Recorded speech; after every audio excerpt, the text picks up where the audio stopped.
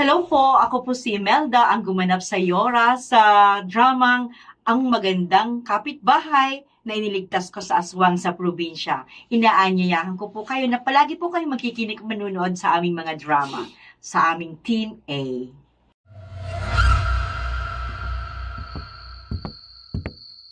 Tay, bakit pumayag ka sa kagustuhan ni Tia na samahan siya? Sabi ni Lola, nakakatakot daw dun sa pupuntahan niyo. Naduduwag ka ba, Roman? Matagal ng panahon yun, iho.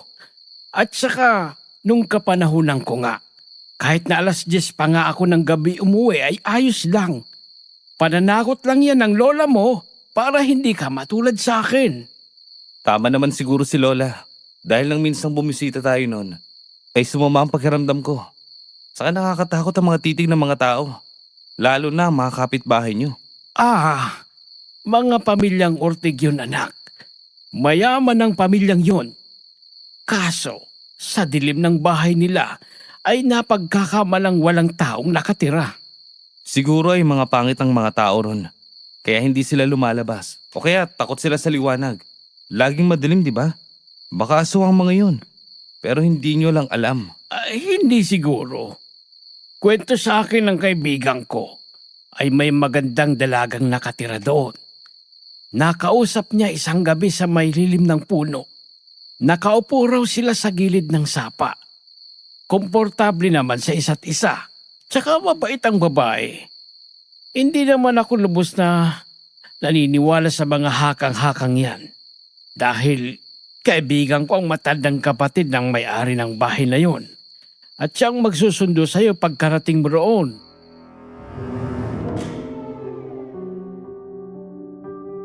Magandang araw po sa lahat ng mga tagapakinig. Ako po si Roman Rodriguez, 30 taong gulang. Sa isang pangit na tulad ko, hindi ko na naisipang pumasok sa relasyon. Nang mapagtangtong, hindi naman ako nagugustuhan ng kahit sino.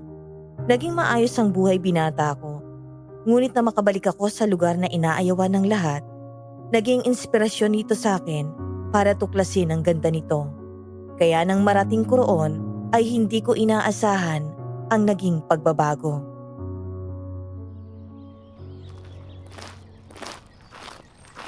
Nakarating na tayo, iyo. Maraming salamat po sa paghatid sa akin dito, Mang Yandro. Walang anuman. Iho, nakarating ka na pala. Talagang nagpapasalamat ako sa pagpayag mo sa pabor na sinabi ko sa tatay mo, Roman. At saka na-miss din kita. Sayang at wala si Inigo. Kaya sa'yo muna ako nagpapasama ng pansamantala lang naman. Ayos lang naman po, tita. Sa susunod naman pa naman po ako babalik para sa trabaho ko. Kung ano man po ang may tutulong ko dito, handa po akong pagsilbihan kayo. Ay nako, nakakahiya talaga, Iho. Pero suhestyon kuya sa akin na samahan mo ko. Ayoko naman talagang makaabala lalo na't ayaw ng lola mo na bumalik na kayo rito. Oo nga po eh. Sa tuwing nababanggit ang lugar na to, parati na lang ako napapaisip sa kapitbahay niyo. O sige, bauna na ako, Marisa. At sa'yo rin, Roman, iyo. Napatitig ako sa matandang masigla na kumakaway sa amin bago ito tumalikod. Siya nga ang sumundo sa akin nang makarating ako sa bahay ni Tia. Halos malukot pa ang mukha niya nang marinig kung gaano katagal ang pananatili ko. Tila may babala ang mga mata niya at hindi na ako tinanong pa. Oh, iyon si Tatay Andro. Kakilala ng pamilya. Talagang maaasahan siya, no? Alam mo, kung hindi ka naman dadating, madalas siya yung kasakasama ko rito. Dito siya natutulog? Minsan, pero abala na rin siya sa negosyo niya. May bentahan sila ng karne. Hindi naman talaga magandang manghusga. Ngunit kapag naaalala ko ang itsura ni Tatay Yandro ay nagdadalawang isip ako. Napatango na lamang ako at nagpaalam na magsisibak ng kahoy sa masukal na kagubatan, papunta sa ektarya ng bukid ni na Lola. Uy, ikaw ba si Roman? Opo. Ako nga pala si Joseph. Usap-usapan ka kasi sa barangay namin eh. Ang sabi, nakarating ka na raw. Ganun talaga kabilis ang balita kapag may dumadayo rito. Kaso bibihira na lang ang iba na bumisita dito eh. Alam mo yung mga kwento ng aswang? Hindi ako naniniwala dyan. Sinaunang kwento lang yun. Yun din ang kwento ni Lola sa akin eh. Naku, mag-iingat ka pa rin. May iilang kasi dito sa lugar namin na hindi mo matukoy kung aswang ba o ano. Sa kinalakihan mong syudad, wala naman kayong pakiroon sa isa't isa, hindi ba? At wala naman talagang may paki sa aswang dahil hindi naman totoo ang tungkol dun. O binabalaan mo ako para takutin. Matanda na tayo para sa mga ganitong mitolohiya, Joseph. Nako, Roman, kakaiba ka talaga. Hindi ka marunong magseryoso sa mga bagay-bagay. Ayos ka naman palang kausap eh. Hindi magagalit ang mga aswang sa'yo niyan. Pinagpalagay ko na lang na puro katang-isip lang ang pinag-uusapan namin. Ngunit na maghiwalay na ang landas namin ni Joseph, ay may naririnig akong kaluskos sa kung saan. May mga tapak sa natutuyong dahon at minsan ay pagtampisaw sa tubig. Tsaka ko na mataan ng sapa kahit napadilim na ang langit. Nakarinig ako ng sigaw. Kaya mabilis akong lumapit at binitawan ang mga sinibak kong kahoy. Tulungan niyo ako! Nalulunan ako! Miss, sandali lang! Kuya, dito! Nandyan ako!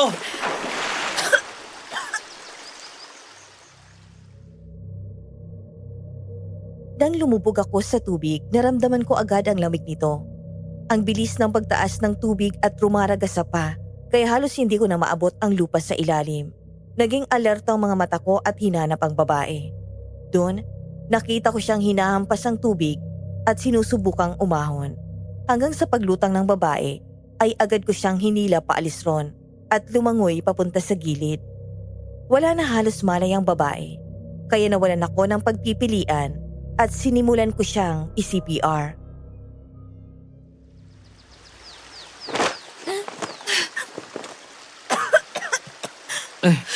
Mabuti naman at nagising ka na.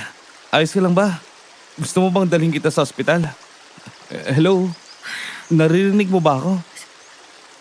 Sino ka? Ako si Roman. Ilang minuto kang walang malay. Kaya akala ko namatay ka na. Sige. Salamat sa tulong mo, Roman. Aalis na ako. Teka miss, saan ka pupunta? Sasamahan na kita. Hindi na kailangan. Mapapahamak lang kita.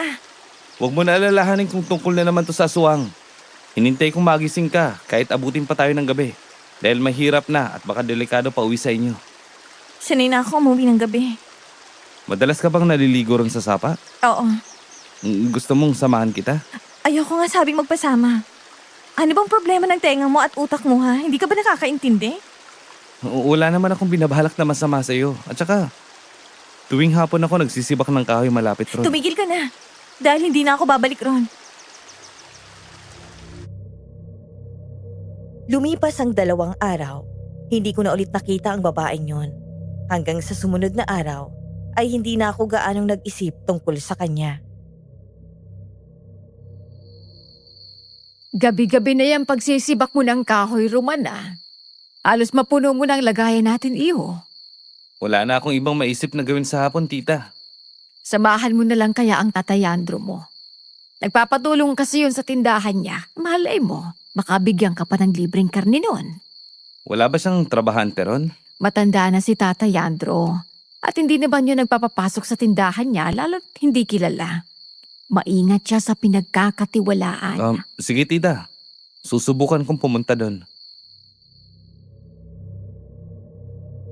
Habang nilalakad ko ang daan papunta sa tindahan ni Tatay Yandro, agad nagsitayuan ang balahibo ko nang may natanaw na babaeng nakaupo sa labas ng tabing bahay ni Tia. Nadadaanan nito papuntang sentro ng lugar. Oh, bakit ganyan ang itsura mo, Roman? Parang nakakita ka ng multo. May tao pa po ba sa bahay katabi ng kay tita? Matagal na silang umalis dyan. May nakita po kasi akong babae na nakaupo sa may beranda. Nakatalikod siya pero mukhang pamilyar. Namamalik mata ka lang, iyo. Kwento sa akin ng tiya mo. Ay hirap kang maniwala sa mga ganitong kwento. Pero hindi naman sa lahat ng pagkakataon. At hindi sa lahat ng pagkakataon na nakikita natin ay totoo, iho. Napaisip ako sa sinabi ng matanda. Posible ngang hindi ko na ulit makikita ang babaeng yon dahil umabot pa ng 1 linggo ay wala ni anino niya ang nagpakita sa akin kapag binibisita ko ang munting kagubatan. Hindi naman porket nakakita ka ng babae, Roman, eh nabubulag ka na sa atraksyon. Duwag ka naman pala talaga. Oh, nandito ka rin pala, iyo. Magsisiba ka na naman ba ng kahoy? Patapos na rin po. Nagpapahinga na lang. Ang ganda ng sapa, no? Dito rin ang takbuhay ng nanay mo kung gusto niyang mamahinga. Sa tingin ko nga ay napamahal na siya rito. At nakakalungkot lang ang malaman tungkol sa pagkamatay niya. May alam ho ba kayo tungkol sa kanya? Tingin ko po ay malapit din kayo magkaibigan. Gaya ni Itay. Hindi ka nagkakamali rin, iyo. Napakabuti ng iyong ina. Magaling makisama at mapagbigay. Naging misteryo ang pagkamatay niya at nahihirapan kaming tanggapin ang sitwasyon na sinapit niya. Inabutan ako ng 5:00 ng hapon nang makauwi. Mukhang masigasig ang mga tao ron at minsan nga ay nakangiti sa akin sa hindi malamang dahilan. May kung ano sa labi nila nakakaiba. Ito si Roman. Kumusta, Joseph? Ayos naman. Eto, selebrasyon ng kaarawan ko. O kain ka muna sa amin. Marami pang handa sa loob eh. Hindi na, nakakaya naman. Naku, huwag kang mag-alala. Mababait ang mga yan at saka kuryoso lang talaga sa mga baguhan. Gwapong-gwapo sa mga bagong dayo eh. Tahimik ang ginanap na selebrasyon. May ilang bumati sa akin at minsan ay nangahamong ngisi. Naupo ako sa silya katabi ang babaeng nakayuko sa kanyang pinggan. Dahan-dahang ninunguya ang karne. Hello? Parang pamilyar ka sa akin. Bakit nandito ka? Totoo ba itong nakikita ko? Matagal na kitang hinahanap-hanap. Akala ko hindi na kita makikita ulit. Uy, bakit naman Roman? Nagkita na pala kayo ni Isabela? Nag-aalala ko para sa kanya. So, magkakilala na kayo? Hindi ko siya kilala. Ako yung sumagip sa iyo. Anong nangyari? May pagkasinungaling ka rin, no? Sa palagay mo ba ay ayos sa akin ang pinagsasabi mo? Nagsasabi naman ako ng totoo. Nagpakilala ako sa iyo. Roman ang pangalan ko. Nabagok pa ang ulo mo at hindi ako naaalala. Ba't pinapasok mo itong estranghero nito, Joseph? Inaya ko lang para kumain. Kumalma ka lang, Isabela. Mabuting pakikitungo ang tinuro sa atin sa lugar na to. Hindi porket ganun ay pakikisamahan natin sila. Ano bang problema mo at galit na galit ka sa akin? Dahil may pumapapil na naman sa lugar na ito. Anong gusto mong gawin? Anong balak mo? Wala akong binabala. At wala akong pakialam sa dahilan mo. Kaya umalis ka na dito. Isabela, pakainin muna natin si Roman. Ilang araw na rin kami magkakilala. Huwag ka namang bastos. Kumain ka na sa inyo. At umalis ka nga rito. Kakain ako rito sa ayaw at sa gusto mo. Binabalaan kita, Roman. At hindi ako natatakot sa hamon mo, Isabela. Naiinis pa rin ako hanggang sa nakauwi. Sinubukan kong umitlip pero tila binabangungot ako. Kaya nanatiling bukas ang mga mata ko. Napabukas ako ng bintana nang maramdaman kong nag-iinit ang buong katawan ko. Hindi ko maintindihan ang maingay na kaluskos at pagsitsit sa aking tenga. Binabalaan kita, Roman. Ano ba, Isabela? Hanggang sa panaginip ba naman? Wala kang magagawa. Sinungaling ka pa. Ikaw palang, Isabela.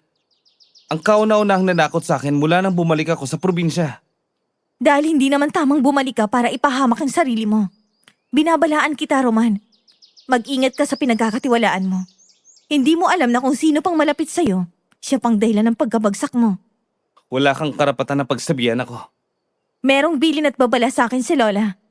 Tatandaan ko yon hanggang sa mapatunayan nga na hindi lahat ng taong malapit sa'yo ay dapat pagbibigyan mo. Napabalikwas ako ng bangon at naliligo sa sariling pawis ng magising. Bumaba ako ng hagdan kung saan namataan ko ang matandang kausap ni Tia Marisa. Nakasuot ito ng itim na belo sa ulo niya. Itim din ang suot na mahabang bestida. Nagsitaasan ng balahibo ko nang bigla itong ngumisi sa banda ko. Magandang umaga, Roman. Si Lola Yora nga pala. Kararating niya lang galing Sikihor. Alika, siya yung may-ari ng bahay dyan sa tabi. Ang gwapo naman ng pamangkin mo, Marisa.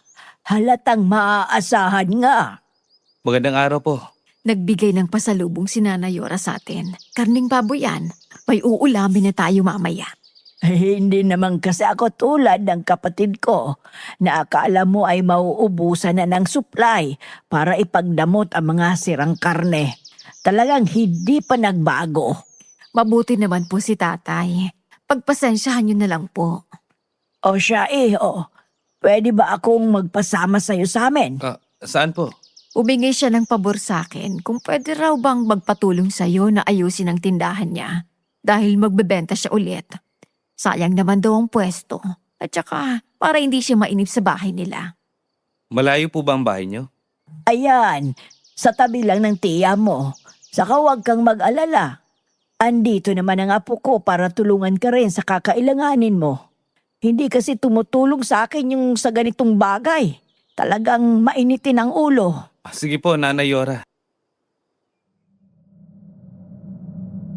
Tumayo ang matanda at marahang hinaplos ang aking braso bago pinisil ang aking kamay. Medyo mariin ang pagkakapit noon at matama na sinuri ang aking mga mata habang tumatango. Inagahan ko na ang pagsibak ng kahoy at mabilis na pumulot roon. Bigla kong nahilo dulot ng init ng panahon. Tinipon ko ang tinaling mga kahoy at naupo muna sa may harap ng sapa. May naririnig akong sit-sit sa paligid. Tuloy akong napalinga hanggang sa namataan ko si Isabela.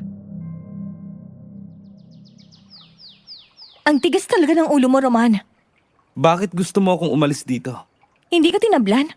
May agimat ka siguro. Baliw ka siguro. Ikaw ang nahihibang sa ating dalawa. Baguhan ka rito, pero kung kani-kanino ka nagtitiwala. Kahit kay Joseph. Alam kong hindi ka naniniwala sa mga ganito. At ayoko may mangyari ulit. Sa buong linggo na pananatili ko rito, umabot ako ng 2 linggo, Isabela. Hindi nakakatulong ang pagiging hangal. Hangal bang gustuin ng lugar na to? Payapa at mabubuti ang tao. Ikaw lang naman ang may galit sa akin. Dahil hindi sapat ang kung anong nakikita mo sa panlabas na anyo ang katotohanan. Maaring bangungot ito sa'yo. Pagkatagalan, matututunan mo. Tulad ni Tata Yandro. At gusto mo ako matulad sa kanya na halos malugi na ang pinamenta niyang karne. Dahil hindi siya marunong makisama. Bahala ka. Ganun ba? Dahil hindi ako tulad ng mga kakilala mo. Kung gusto kong makipagkaibigan, sinisigurado kong maingat ako. Kahit natalikuran ka man niya. Ang mahalaga ay sinusubukan niya. Walang mawawala kung magtiwala ulit, Isabela. Kahit na ilang beses ka mang itanggi sa marami. Ginagawa ko lang ang nararapat. At kahit na ano pa mang dahilan, ang meron siya ay hayaan ko. Walang masama sa pagiging tunay na nararamdaman. Lalo na kung gusto mo. Gugustuhin mo yun. Hinayaan ko si Isabela na maligo sa sapa hanggang sa umalis na ako roon ng walang paalam. Dala ang sinibak na mga kahoy sa loob. Dali-dali akong pumasok sa gate ni Tia nang marinig ang hagulhol niya. Tia, ano nangyari? May masakit ba sa inyo? Ang sakit ng tiyan ko kanina. Ilang beses na akong pumapasok sa banyo hanggang nanakit ang mga paa ko. Mabutit dumating ka. Sumasakit pa po ba? Baka hindi nyo na naman po ininom yung gamot nyo. Dadalhin kita sa ospital kung hindi mo na kaya. Malayo pang mula rito, iho. Mawawala siguro to sa kalaunan. Sigurado po ba kayo? Oo. Hindi na ako nag-atubling alamin ang dahilan ng pananakit ng tiyan ni Tia. Akay-akay ko siya papunta sa kwarto niya. Tagatak ang pawis kahit natutok ang pinaandar na electric fan. Lumabas ako ng kwarto niya nang madatnan si Nanay Yora na nakatayo sa sala. Nakangiti at may iniaabot sa akin. Ayos lang ba si Marisa? Baka hindi na naman kumakain kaya nagkakaganyan. Heto ang gamot na nireseta din sa akin ng doktor kapag sumasakit ang tiyan ko. Ayos naman po siya. Nagpapahinga na rin. Kaagali ko lang sa pagsibak ng kahoy at hindi ko inaasahan na maabutan ko siyang iniindang sakit niya. Matigas talaga ang ulo ni Marisa. Kapag kasi babad sa trabaho, Kahit na naglilinis lang naman dito sa bahay niya ay hindi kumakain. Pansin ko rin po na mapilis sa pagkain. May mga hindi talaga natutunawan sa pagkain. Ay, nako. Bantayan mong maigi si Tia Marisa mo. Mag-isa na nga sa bahay, tumatanda pero nagpapabaya naman sa katawan. Sige po, Nanay Yora. Salamat nga po pala rito. O siya, pupunta ka ba mamaya sa bahay? Aayain din sana kita doon na lang din maghapunan pagkatapos mong magtrabaho. Sige po. Hindi ko alam kung ano ang nararamdaman ko nang narating ko ang bahay na sinusubukan kong iwasan. Habang papalapit ako, ay ramdam ko na ang panlalamig ng buong katawan ko. Napabaling ako sa kanan nang marinig ko ang pagsitsit. May kaluskos akong naririnig sa kaliwa. Tila nawawalan ako ng boses para tawagin si Nanay Yora. Mas nanindig ang balahibo ko nang mapansin ang figura sa di kalayuan at dahang-dahang papalapit sa akin. Anong ginagawa mo dito? Dito ka nakatira? Kaano-ano mo si Nanay Yora? Umalis ka na, Roman. Sagutin mo ako. Bakit nandito ka? Si Nanay Yora ang kailangan ko. Para saan? Tutulungan ko siya. Tungkol saan na naman? Andyan na si Roman. Papasukin mo, Isabela. Isabela, alam ko na ayaw mo sa akin. Pero ginagawa ko ang lahat ng makakaya ko para maging mabuti sa'yo. Hindi ako manghuhusga at ayaw kung gano'n ang tingin mo sa akin.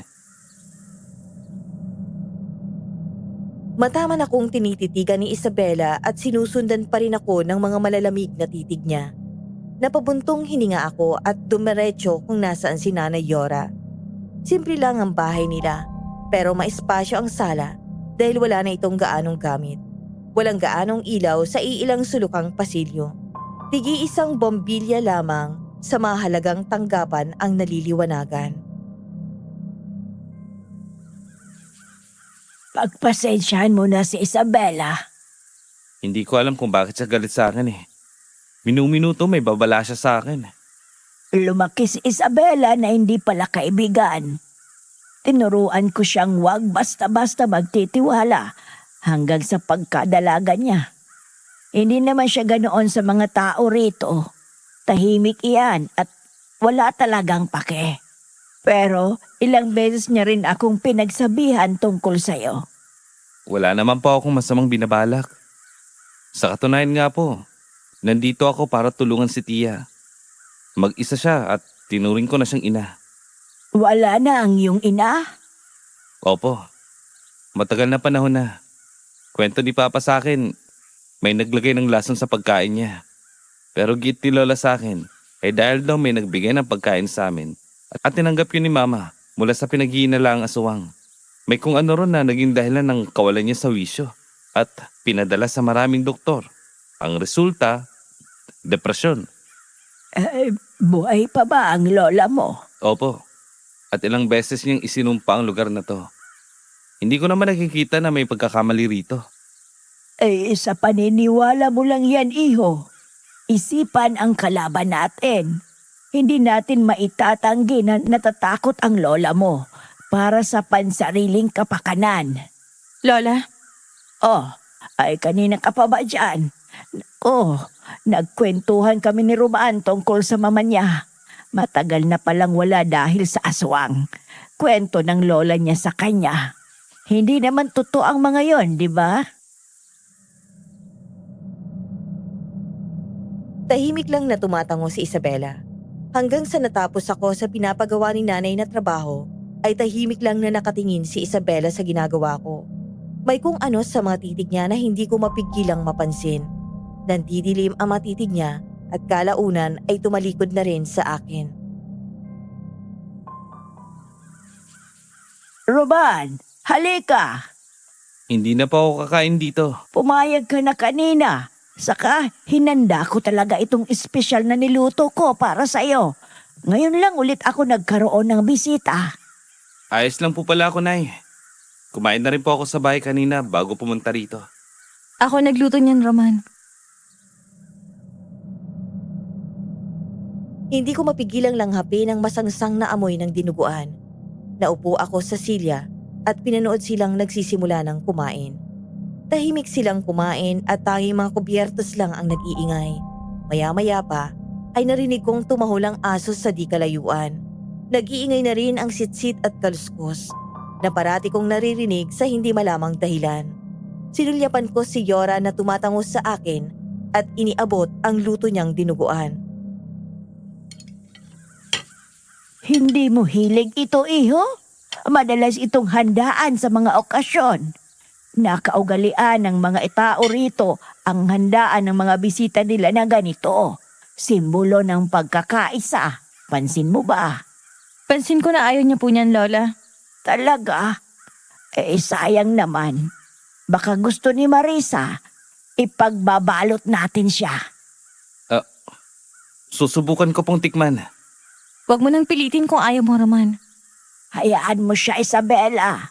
Dapat na masanay si Roman na subukan ng ibang panlasa. At saka, mas marami ka pang matutunghayan kapag nagtagal ka pa rito. Papatok sa panlasa mo ang ilan pang mga luto. Oo, Roman. Kalaunan masasanay ka rin. Opo. Wala naman po sigurong mawawala. Huwag mong kalilimutan na balutan si Marisa mamaya, Isabela. May kung anong bumulong sa akin na nagdulot ng aking pag-aalinlangan. Hindi ko mapigilang masuka ng isubo ito. Itim ang kulay nito, may iilang hinalong puro sa malapot na sabaw. Pumait ang panlasa ko at may nakagat na laman na tila pumutok ang katas nun. Tila bumaliktad ang sikmura ko habang paalis na sa tahanan ni Nanay Yora. Nakasunod si Isabela at bitbit ang pinaglagyan ng ulam. Malamig ang mga titig niya, pero may bahid ng pag-aalala nang makita ako nangihina na hinahapo ang dibdib. Hindi mo naman kailangan subukan ng lahat, Roman. Hindi ka taga rito at lalong hindi ka magtatagal. Huwag mong pakinggan ang lola ko. Hindi mo siya matanggihan dahil matanda na? Hindi naman. Naalala ko ang lola ko sa kanya. Nadala ko lang siguro yung ugali na magagalit kung hindi susundin. Pero sa tulad ko, walang epekto sa'yo. Magkaedad lang naman tayo, Isabela. At saka kung may anong puot ka man dyan na kinikimkim, ay buong puso ko namang tatanggapin. Handa naman akong intindihin ka. Wala ka talagang pinapalampas sa kumpiyansa mo sa sarili, Roman. Pangit ako pero totoo naman ako sa mga salitang binibitawan ko, Isabela. Hindi ako naniniwala. Kahit ako, hindi rin eh. Parang nagbago ang ihip ng hangin at may kung anong gayuma yata akong nakain. Paano ka ba sa luto ni Lola? Ayos naman ang niluto ni Nanay Yora. Hindi ko lang masikmurang kung anong hinalo doon. Ano-ano ba yun? Ngayon lang ako nakakain nun. Mga hiniwang karne. Di bale. Pag matutuhan ko kung paano magluto nun, bibigyan ko kayo ni Nanay. Aray. Masakit ba masyado? Hindi ko napigilang sumuka at mag-init ang katawan. Nilapitan ako ni Isabela at marahang tinapik ang aking likod. Tuloy pa rin ang pagsusuka ko, pero hindi pa rin nilulubayan ng hilo. Baka may gamot si Lola. Lola Yora? Nagbigay siya sa amin kanina. Mauna na ako, Isabela. Akin na yung ulam na pinapabigay ni Nanay Yora kay Tia. Huwag mo nang dalhin. Utos ni Nanay Yora yun. Baka mapagalitan ka pa niya. Sinasabi ko na nga huwag mo nang kainin kung hindi mo gusto. Nag-aalala ka ba sa akin? Magpagaling ka. Siguraduhin mo yun. Inilayo ni Isabela ang bitbit na lalagyan bago siya walang sabi na tinalikuran ako. Namataan ko na lang na sinalubong siya ng kanyang lola habang nandidilim na tiningnan ako sa mata at kalaunan ay tumalikod na rin. Kailan bang huling check-up niyo, Tia? Nung nakaraang buwan, maayos naman ang kalagayan ko eh. Hindi ko lang alam kung bakit bumabalik na naman ang sakit na to.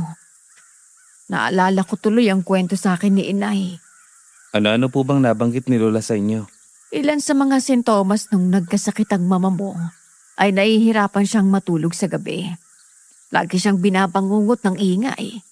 Kaluskos sa paligid. May biglang umiihip sa tenga niya.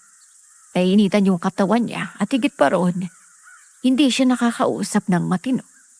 Wala naman po sigurong nagawa si Mama na masama sa kahit na sino. May nakaway po ba siya? Mabuti at mapagbigay ang mama mo, iho. Hindi nga ako makapaniwala nung subukan siyang atakehin ng malaking pusa sa bubong nila. Gaano po ba kalaki? Hindi normal na laki at nakita niya yon. Ilang beses na nagpapakita sa kanya. Minsan ay embarahas at nag-iingay raw ang pagkalmot nito sa mga kahoy niyang dingding. Tia, may karanasan ka po bang ganun? Madalas. Pero iniisip kong guni-guni lang yun. Minsan paggabi may parang tumatawag sa akin. Malakas ang tahol ng mga aso. Mabuting at may tao na sa kabilang bahay eh. Kilala ko palang babae ron. Talaga? Saan mo naman nakita? Nakita ko siyang nalulunod sa sapa at hindi siya magandang makitungo. Normal naman sa mga kababaihan dito na umaayaw sa mga bagong dayo. Pero ang tulad nung apo ni Nanay Yora, malimit yung makipag-usap sa lalaki. Sa ganda niyang yon, ang dami niyang tinanggihan. Ano naman pong rason niya? Focus siyang alagaan ng lola niya. Mahal niya yon. Naalala ko nga na bumisita yun dito dati. Tahimik lang na nagmamasid at tumingala sa kawalan. Hindi siya gaalong nakikinig. Wala siyang paki. Kahit nahirap yung dating tauhan ni Nanay Yora, baliwala lang siya. Hindi niya siguro alam ang gagawin eh. Kahit kanina.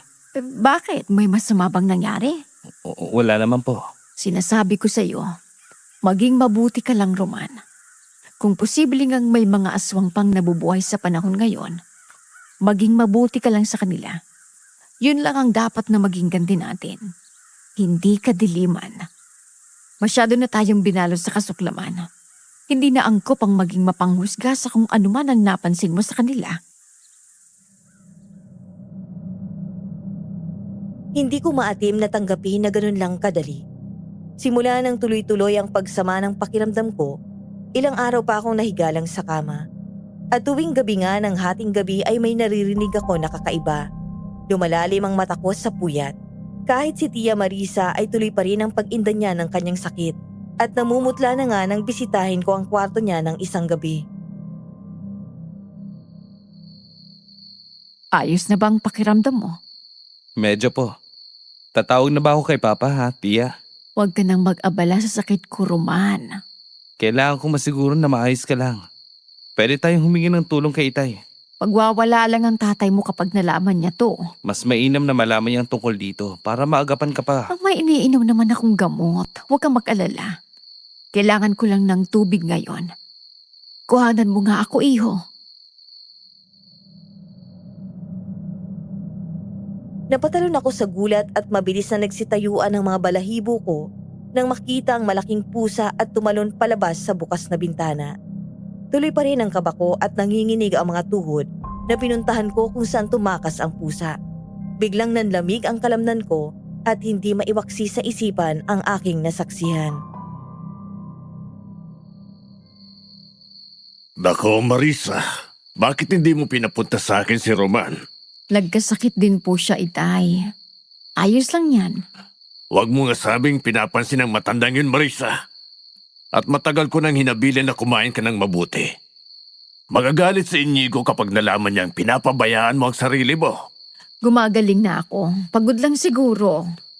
Huwag mo nang paabuti na mag-hysteria ka bago makinig sa akin, Marisa. Pasensya na po, Itay. Hindi ko po alam na may sakit si Tia. Hindi ko rin siya nabantayan ng maigi. Dahil ba sa babaeng yan, Roman? Hinabili ng ama mo sa akin na bantayan kita. Kaya alam ko ang bawat kinikilos mo. Kahit saan ka lang napapadpad. Hindi ka pa ba natuto sa nangyari sa mama mo?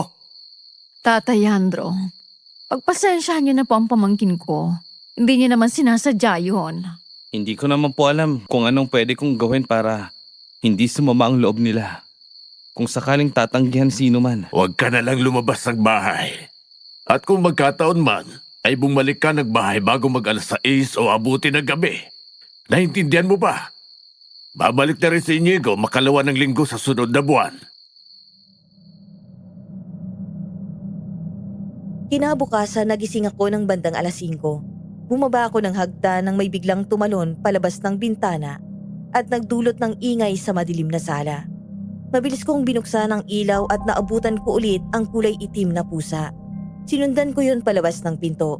Tanging ilaw lang ng poste sa sulok ng bahay ni Nanay Yora ang nagsilbing liwanag sa lambat na bakod ng alambre na nakapalibot sa bahay ni Tia. Kung tutuusin ay agad mong maaabutan ang kung anumang nilalang ang pumapasok sa bahay. Ngunit hindi ko na ito naabutan.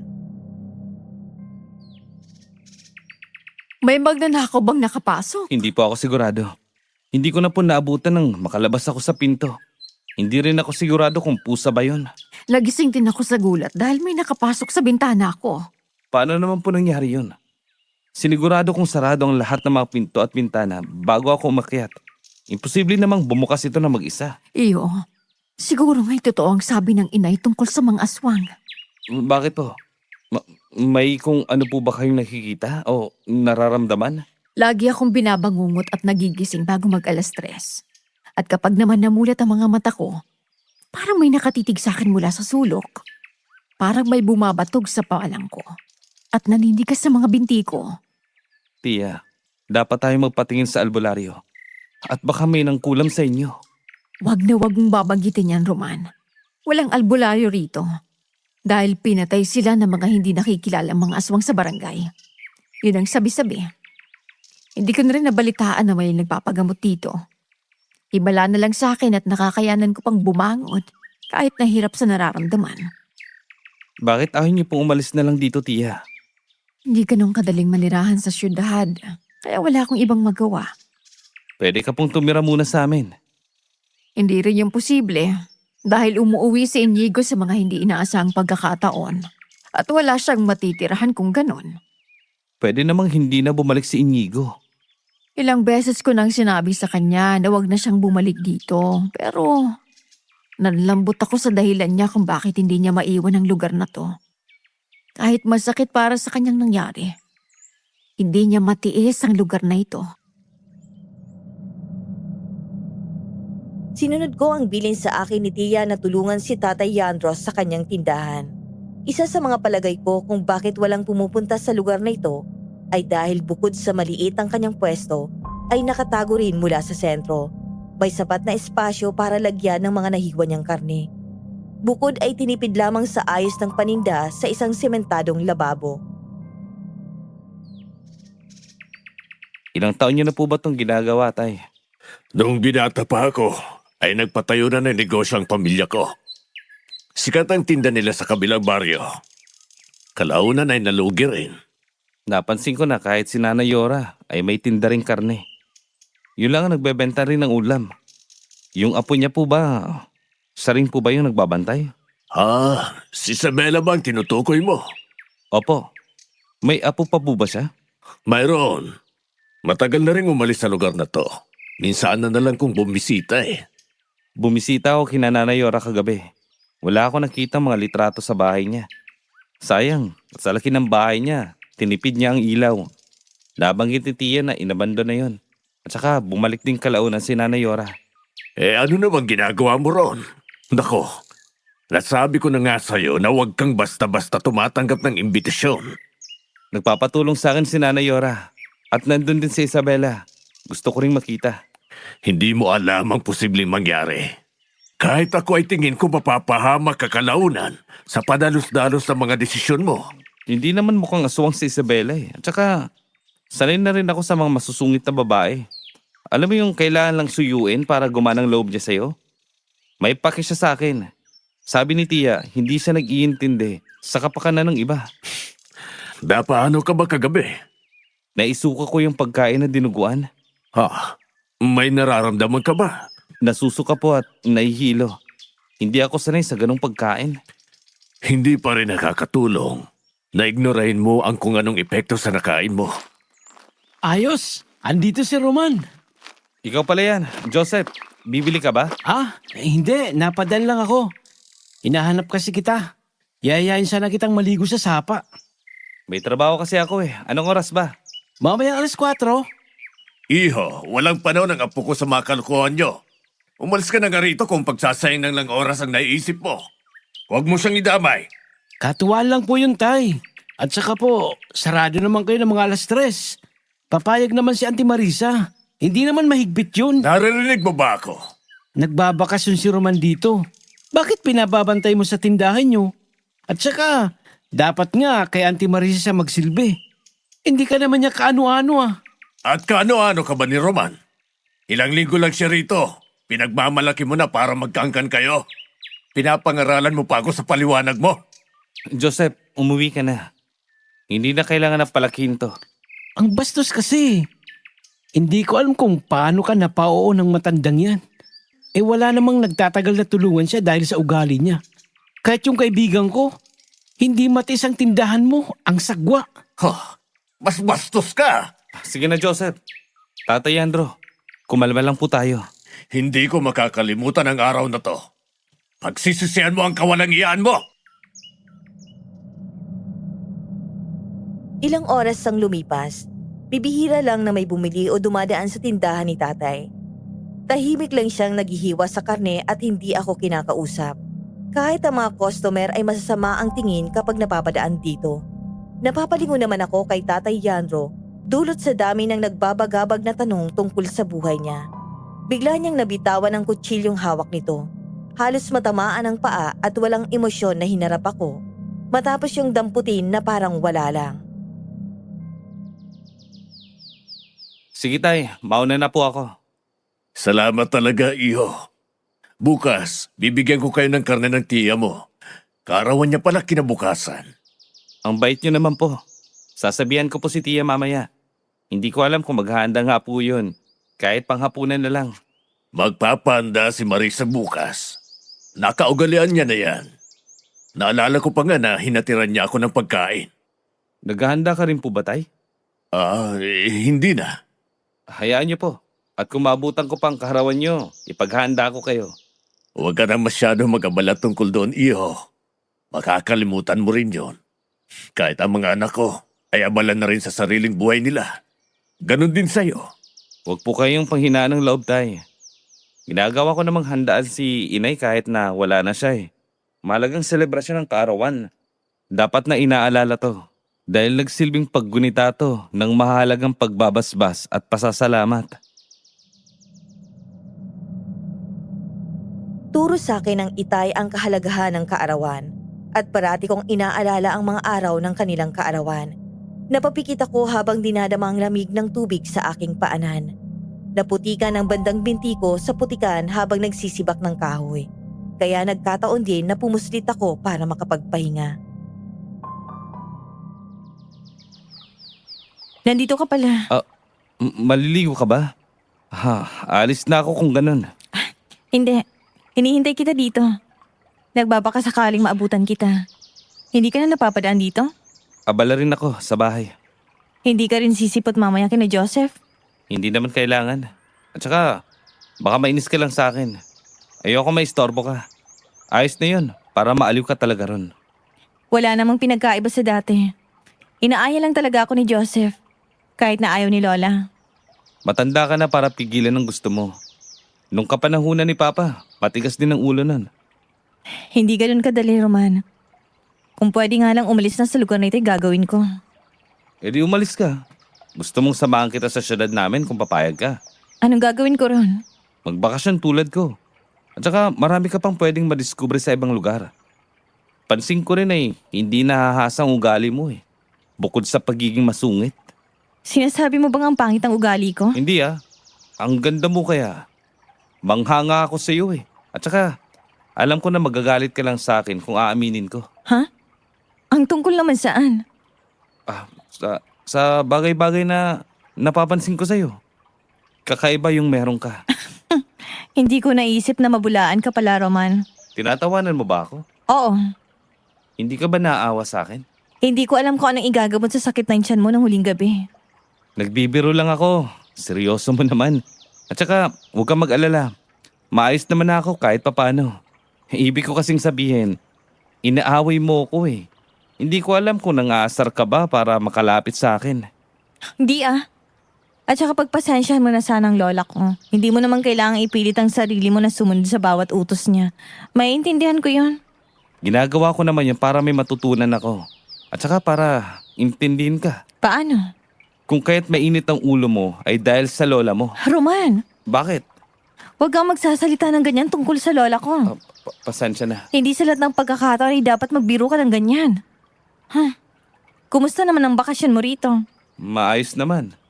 Minsan, nakakatakot lang talaga dahil madalas ako nakakita ng kakaibang mga bagay sa bahay ni Tia. Madalas ang pagkakaroon ko ng bangungot. Wala ka na bang pamilya? Si Tay at Lola. Wala na si Mama nung high school pa ako. Huling bakasyon niya dito sa probinsya ay hindi na daw bumalik sa katinoan ang pag-iisip niya. Madalas siyang nananaginip ng masama. Bakit daw? Git ni Lola ay dahil sa aswang. Naalala ko nga na munti ka na siyang malunod sa sapa, tulad mo.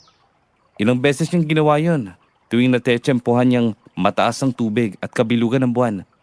Ilang beses siyang magreklamo na mainit ang katawan niya, kaya hindi na siya nagdadalawang isip na tumalon doon. Sanang hinayaan mo na rin ako malunod, Roman. Hindi kakayanin ng konsensya ko yun, Isabela. At saka, hindi kita makakausap ng malapitan. At sayang bawat pagkakataon na magkalapit tayo. Hindi paraan yun. Nandidilim ang paligid at hindi mo masisisi ang iba kung bakit kailangan nilang gawin yon. Isabela, mangako ka sa akin. Walang katotohanan ng mga salita, Roman. Hihilingin ko ang kahit na ano. Para sa'yo, Isabela. Ipangako mo sa akin na hindi ka magtatakang kitli ng buhay mo. Madudurog ako tuwing naisip ko na wala ka. Pilit ang mga ngiti ni Isabela at halos hindi umaabot ng ilang minuto ang iginawad niyang masayahing mukha. Narinig ko siyang tumawa at minsan ay nakikipag-asara na sa akin. Hindi ko na inisip ang posibleng katapusan ng kwentuhan namin. Kahit na alam ko namang bukang bibig niya na wala siyang kawala sa sumpang meron siya. Punto niya ang kung ano-anong kamalasan na meron siya ngayon. Kaya nung bandang hapon, naisipan kong dumaan muna sa sapa bago pumunta kay tatay. Oh, iyo. Sinong iniintay mo rito? Oh, ikaw po pala yan, Tay. Naisipan ko lang dumaan dito. Kaya pa pala rito, no? Dating tambahin ito ng mama mo. Talaga po? Alam niyo rin po ba ang nangyari sa kanya? Nababanggit sa akin ng tatay mo. Mahilig yung maligo at saka naalala ko nga siya sa'yo eh. Palakaibigan, masunurin at malakas ang loob. Biniba ko sa kabutihang ipinakita niya rin sa akin dati. Madalas din po ba kayo magkwentuhan? Ay, masungit ang inay mo sa mga lalaki. Tapat sa asawa at habilin din ang itay mo na dumistansya sa kung sino. Huwag magtitiwala at magkumpiyansa. Parang si Isabela lang. Tingin ko'y gusto mo siya. Niligawan mo na ba? Kaibigan lang po. At saka, kahit na ganun man ay gusto kong ipaparana sa kanya ang kakaibang buhay. Ngumisi lang si Tatay Yandro at tumango bago ako talikuran. Dumiretso siya sa kung saan ako nanggaling, papuntang bahay ni Tia. Hindi ko malimutan ang malamig na mga titig na iginawad niya habang ikinikwento ang tungkol kay inay. Sinundan ko ng tingin si Tatay Yandro at napaigtad ng matanaw siyang lumingon pa sa akin ng ilang beses bago tumungo ulit. Kanina ka pa rito? Oh, nakakagulat ka naman. Sino bang tinitingnan mo dyan? Si Tata Yandro. Pupunta na ata si Tia. Naganda kasi siya. Gusto mong pumunta sa amin? Wag na, baka maraming tao. Hindi naman yung problema. Dadalhan na lang kita ng pagkain. Roman! Roman! Napalingon kami ni Isabela na abutan si Joseph na hapong-hapo ang kanyang dibdib galing sa pagtakbo. Nanginginig ang kanyang katawan. Halos tumirik ang mata habang sinusubukan akong abutin. May bitbit siyang lagayan sa kanang kamay niya. Tingin ko'y galing siya sa isang pamilihan. Napansin ko ang dugo sa kanyang braso. Tila kalmot ng pusa at may iilang nagkalat pa ng dugo sa damit niya. Nangihina siyang kumapit sa akin habang masama ang tingin kay Isabela. Ano nangyari sa'yo, Joseph? Hindi ko alam eh. Napadaan lang ako kanina sa madilim na pasilyo ng pamilihan. Tapos, bigla akong sinugod ng hindi ko natitsak na anyo. Malaki! Singlaki ko! Tapos, mapupulang mga mata. Tulungan mo kong hanapin yung Roman. Alam ko hindi ka naniniwala sa ganitong bagay. Pero, alam ko na ikaw lang ang manalapitan ko rito. Ano bang pinagsasabi mo, Joseph? Kaarawan ng Tia Marisa niya. Hindi ka matutulungan ni Roman ngayon sa paghahanap. Alam ko kung sinong may kagagawa nito. At hindi ako nagkakamali. Dahil tanyag sila sa kung sino sila sa baryong ito. Hayaan mo si Roman na magdesisyon. Siya lang makakatulong sa akin para matapos ang kadilimang ito. Ayaw ko maghimasok sa anuman na gulo na yan, Joseph. Andito ako para kay Isabela ngayon. May mahalagang bagay kaming dapat na gawin. Hindi mo ko matutulungan? Hindi ko maatim na hayaan kang nagdurugo papunta rito. Ihaatid kita sa pagamutan. Walang pagamutan at kaya kong gawin ito. Kailangan ko lang na tulungan mo ko. Halika na, Joseph. Ihahatid kita pa uwi. Tutulungan kita sa anumang kakailanganin mo. Hindi mo ba naririnig, Isabela? Naririnig niya, Joseph. Susunod ako sa iyo mamayang gabi. Ang mabuti pa, ay ipapagamot ka muna para hindi ka na magkaroon pa ng infeksyon. May iiwan muna kita saglit ha. Dahil may importante akong gagawin ngayong hapon. Matapos kong ihatid si Joseph sa bahay nila, sinalubong na kami ng pamilya niyang nag-aalala. Hindi ko maiwasang tingnan ang mga sugat ni Joseph. Bakas ng mga marka ng iilang malalalim na kalmot sa braso niya. Madilim ang iginawad na pagsalubong nila nang namataan akong nakatayo sa labas na tila ba sinisisi ako sa nangyari. Kung may kailangan ka kay Isabela, sabihin mo lang sa akin. Huwag mo siyang abalahin. Dahil baka mahirapan siya. Hindi naman talaga ako humihingi ng tulong sa kanya. Sa katunayan, siya ang madalas na umaalok sa akin ng kahit ano. Naiintindihan ko na kung bakit kailangan na umalis ni Inigo rito. Bakit naman? Hindi pa rin pala nagbabago si Isabela. Siya pa rin yung tipo na handang damayan ka. Pero wala kang ideya sa kung anong magagawa mo para sa kanya. Tapat lang sa Isabela sa anong intensyon niya. At kung ano man ang naging kasalanan ni Isabela kay Inigo, ay sa tingin ko, yun ang mga nararapat na gawin. Pero hindi niya kayang maging tapat sa sarili niya. Hindi ko maintindihan kung bakit kailangan mong tulungan si Isabela. Kung sa mga kakaibang kilos niya, ay talagang hindi katanggap-tanggap. Nagulat ako sa sinabi ni Joseph. Ang hinihingi niyang tulong ay may kaugnayan kay Isabela. Bakit hindi niya tinanggap ang alok ni Isabela kung naging malapit naman silang magkaibigan? Napatulala ako sa harap ng sapa habang iniisip ang posibleng kasagutan. Naupo kami ni Isabela sa batuhan ng sapa at tahimik lamang na pinapanood ang umaagos na tubig. Tahimik akong nakikinig sa sinasabi ni Isabela. Siguro nga ay tama si Joseph at hindi nga tapat si Isabela sa kanyang sarili. Maging sa kung anong nararamdaman niya at kung bakit kailangan niyang ipahamak ang sarili niya. Ang dami kong gustong malaman sa lugar na to, Isabela. Pero kalaunan, nagbago ang pananaw ko. Simula nung una kitang nakita. Halos hindi ko alam kung anong dapat na gawin ko. Dahil namatay ang nanay ko nang malunod din sa lugar na to. Yun bang kinakatakutan mo para sa akin? Sinabi ko na dati, inayaan mo na lang sana akong malunod. Mas lalong hindi ko mapapatawad ang sarili ko kapag hinayaan kita. Hindi naman tayo magkakilala. Kaya hindi ka magkakaroon ng kahit anong konsensya kung sakaling makita mo akong ganun. Pero kahit naman nakilala mo ako o hindi, ay wala namang pinagkaiba yon. Kahit na sino ka man, Isabela, ililigtas kita sa lahat ng aking makakaya. Simula nang sagipin mo ako sa pagkalunod, ay parang sinagip mo na rin ako. Mula sa takot at pangamba, sa kabila ng mga sandaling pananatili ko dito. Gagawin ko ang nararapat, Isabela. Buo ng desisyon ko. Natapusin ang buhay ko. Dahil wala rin namang saysay, Roman. Gusto kong malaman mo na hindi hadlang ang nakaraan mo para gawin yan. At kung ano man pinagdaraanan mo ngayon, hayaan mong tulungan kita ng buo. Hindi ko alam kung bakit nakaramdam ako ng sobrang tuwa nang yakapin niya ako ng mahigpit. Malungkot ang mga ngiti niya.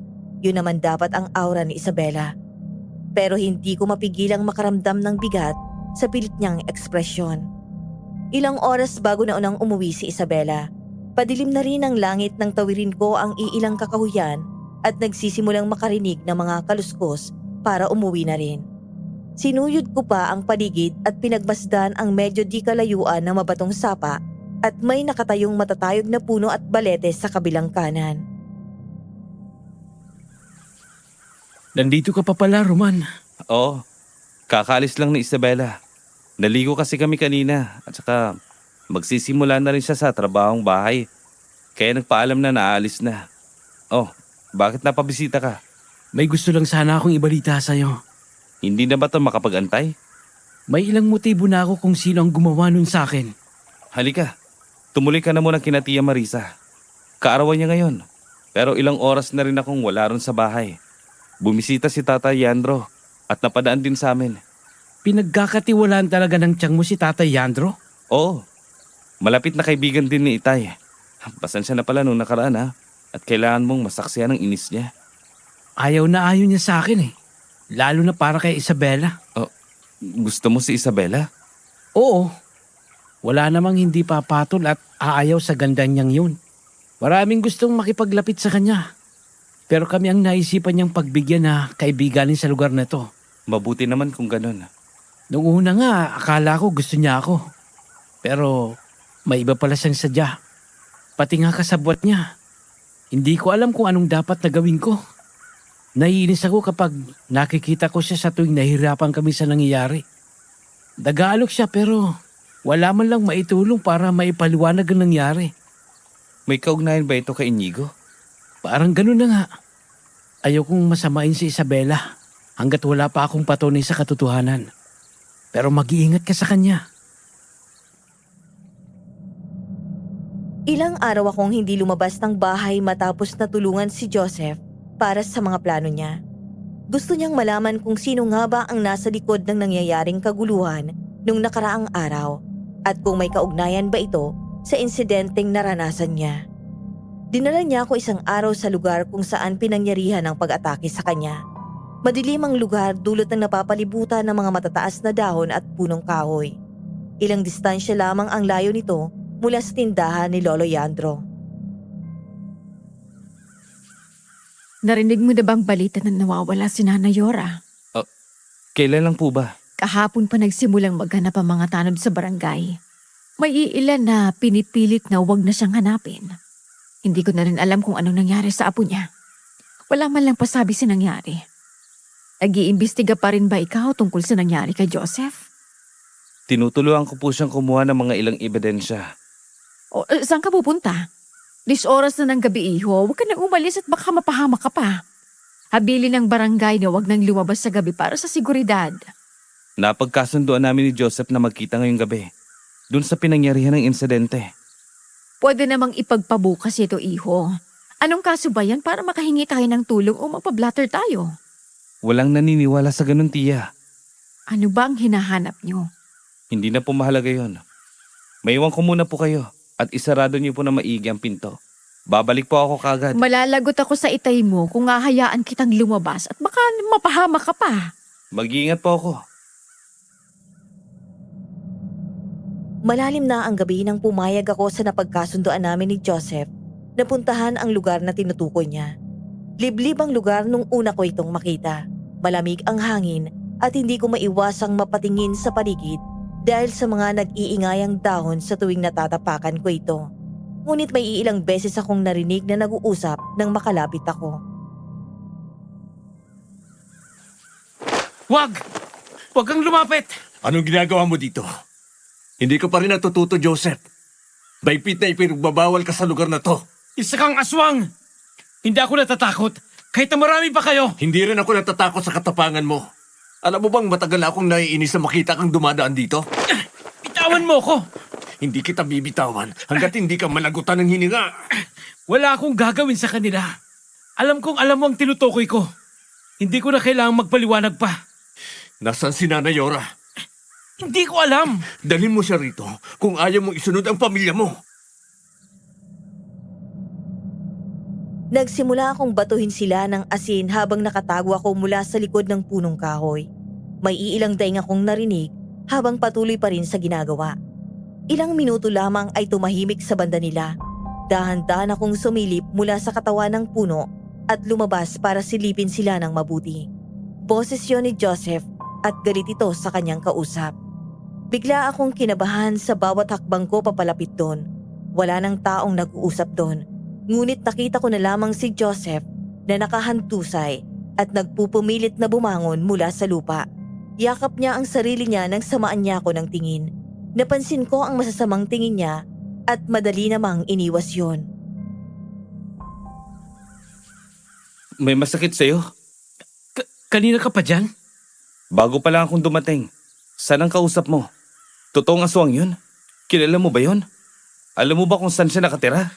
Hindi na mahalaga yon. Siyang posibleng may gawa sa'yo nung nakarang araw. Aswang may gawa nito sa'yo. Kailangan natin magsumbong sa barangay. Hindi naniniwala ang mga tao rito sa aswang. Ang alam nila, matagal nang umalis ang mga pamilyang yon hanggang... At sino naman ang kausap mo kanina? Sinaktan ka niya. Hindi natin masiguro kung anong mangyayari sa pamilya mo kung hayaan mo. Ayaw ko mapahamak sa Isabela. Huwag kang lumapit sa pamilyang yon, Roman. Kahit kay Isabela. Ipapahamak tayo ng pamilyang yon. Hindi pwedeng magtiwala sa kung sino-sino. Dapat ba ako magtiwala sa'yo? Alam ko naman na parte sa investigasyon namin ang tungkol sa pag-atake sa kanya. Ngunit hindi ko inaasahan na maabutan ko naman siyang atakihin ng mga aswang.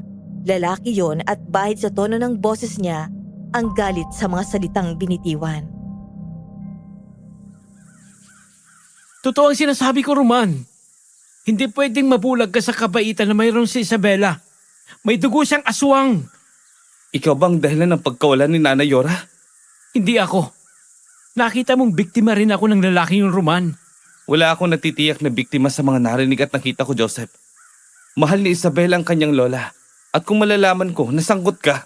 Huli kong nakita si Nanay Yora na may kasamang babae bago siya nawala. Saan mo sila nakita? Naglalakad ako papunta sa sapa para magsibak ng kahoy. Abang silang dalawa ay tila seryoso ang pag-uusap. Hindi pamilyar sa akin kung sino ang kasama niya dahil nakatalikod silang dalawa sa akin. Mabibilis ang yapa ko paalis ng lugar, tahimik ang kalsada, ngunit nag-iingay ang iilang mga cricket sa tabi. Ilang beses akong sinabihan ni Itay na hindi totoo ang aswang, ngunit hindi ko maiwasang mapatanong sa sarili ko tungkol sa nasaksihan ko kanina. Tila binuhusan pa ako ng tubig nang tila nagsusunod na mga kamay at sa iilang parte ng katawan ni Joseph ang may sugat. Paalis na ako nang may naabutang pamilyar na figurang nakatayo. Tila nagmamasid ngunit nakatingala lamang siya sa langit kung saan bilugan ang buwan. Isabela! Isabela! Siguro nga'y patay na si Lola Yora. Hindi. Imposible. Tutulungan kita na hanapin si Nanay Yora. Habilin ko sa kanya na wag na siyang bumalik dito. Pero bakit kailangan pang gawin nila sa akin to? Hindi ko maintindihan kung bakit ganito sila magalit sa akin. Hindi ko naman ginusto ito, Roman. Hindi mo kasalanan ang nangyari, Isabela. Alam ko na gusto mong gawin ang lahat ng iyong makakaya para isalbang lola mo. Dinakip ang lola ko. Walang aswang at hindi totoo yun. Sana nga'y totoo yan. Bumahid ang pait sa tono ng pananalita ni Isabela. Malungkot niya akong tiningnan mula sa kanyang balikat. Tahimik niya akong pinagmasdan kahit na malayo kami sa isa't isa. Hindi ko nakikita ang itsura niya sa dilim. Tinatago niya ang sarili mula sa dilim. Ipagluluto ko pa ang lola mo, di ba? Hanapin ko siya para sa iyo. Hindi na yun kailangan. Ayokong mapahamak ka ulit. Bakit nagtatago ka sa dilim? Isabela! Umaamba akong lumapit ngunit dahan-dahan siyang naglakad palayo mula sa akin. Naririnig ko na ang mabilis na paghinga niya bago ako walang sabi na tinalikuran. Mabilis siyang tumakbo patungo sa daan kung saan ang sapa ay matatagpuan. Wala na akong naabutan na bakas niya sa madilim na daan ng mababatong sapa. Dulot sa takot kong baka ay tumalon siya at magpakalunod ay walang alinlangan akong hinanap siya sa tubig. Ilang beses ko na siyang tinawag ngunit Anong ginagawa mo dito? Sino ka? Nakaka-istorbo ka talaga. Kahit kailan wala talagang makwenta ang tulad yung lumaki ng syudad. Paano mo ako nakilala? Malit lang ang baryong to. At naamoy ko kung gaano ka katapang. Ay ganun ka naman kaduwag. Anong ginawa mo kay Isabela? Nagpapatawa ka ba? Kailan ka lang ba dumayo rito? At kung makahusga ka, ay parang may ginawa ko. Anong ginawa mo sa kanya? Sinusundan ko siya rito. May binabantayan ako, Roman. Sino ka ba ha? Ikaw ba may gawa rin kay Joseph? Kahit na aminin mo ay hindi ako matatakot. Sinabi ko na rin yan. Pero walang nangyari. Baka nga hindi totoong matapang ka. Lalo nung kung sasabihin ko na hindi nagpakamatay ang iyong ina. Sinungaling ka. Ayaw kong pinag-aalala si Marisa. Kaya umuwi ka na ron. Tinalikuran niya ako at mabilis ding nawala sa harap ko. Mabilis akong tumakbo pabalik ng bahay. Nagulantang ako ng madatna na tahimik na pinapanood ako ni Tia Marisa. Nakabalot ang isang alampaintos sa balikat at agresibong pinapaypayan ang sarili. Hindi ka pa po natulog? Nanaginip ako ng masama kakaisip kung nasan ka. Saan ka ba nagsusuot?